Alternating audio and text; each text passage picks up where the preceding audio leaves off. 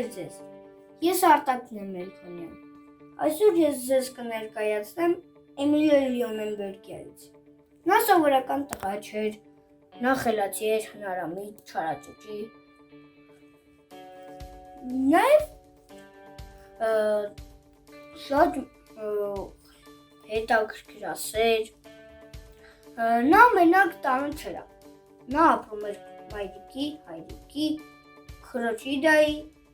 նրանց սպասավորի, Ալֆրեդի և իրենց սպասուհու Լինայի։ Նա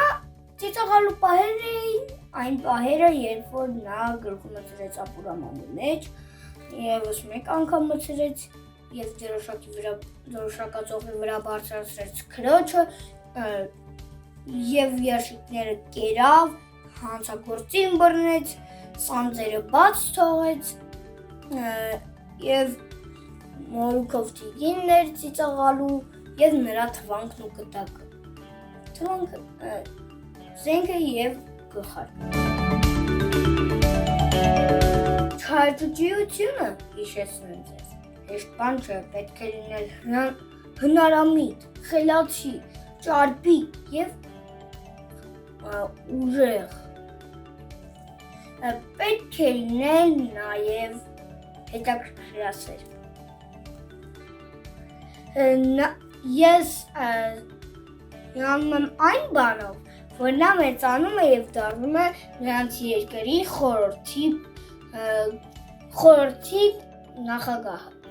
Եվ ես էլ հենց մեծանամ, հենց այդպես եմ դառնալու։ Եվ տխրելու էր այն բաները,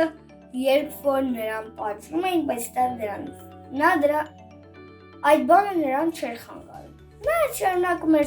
զվարճանալ և այլ բաները։ Նա ուղղակի փայտն է մարտուկներ էր տաշում և խաղում էր։ Մի պատժեք ձեր երեխաների, կարող են Էմիլը կամ մյուս երեխաները դրանք վատ պատճառով չեն անում։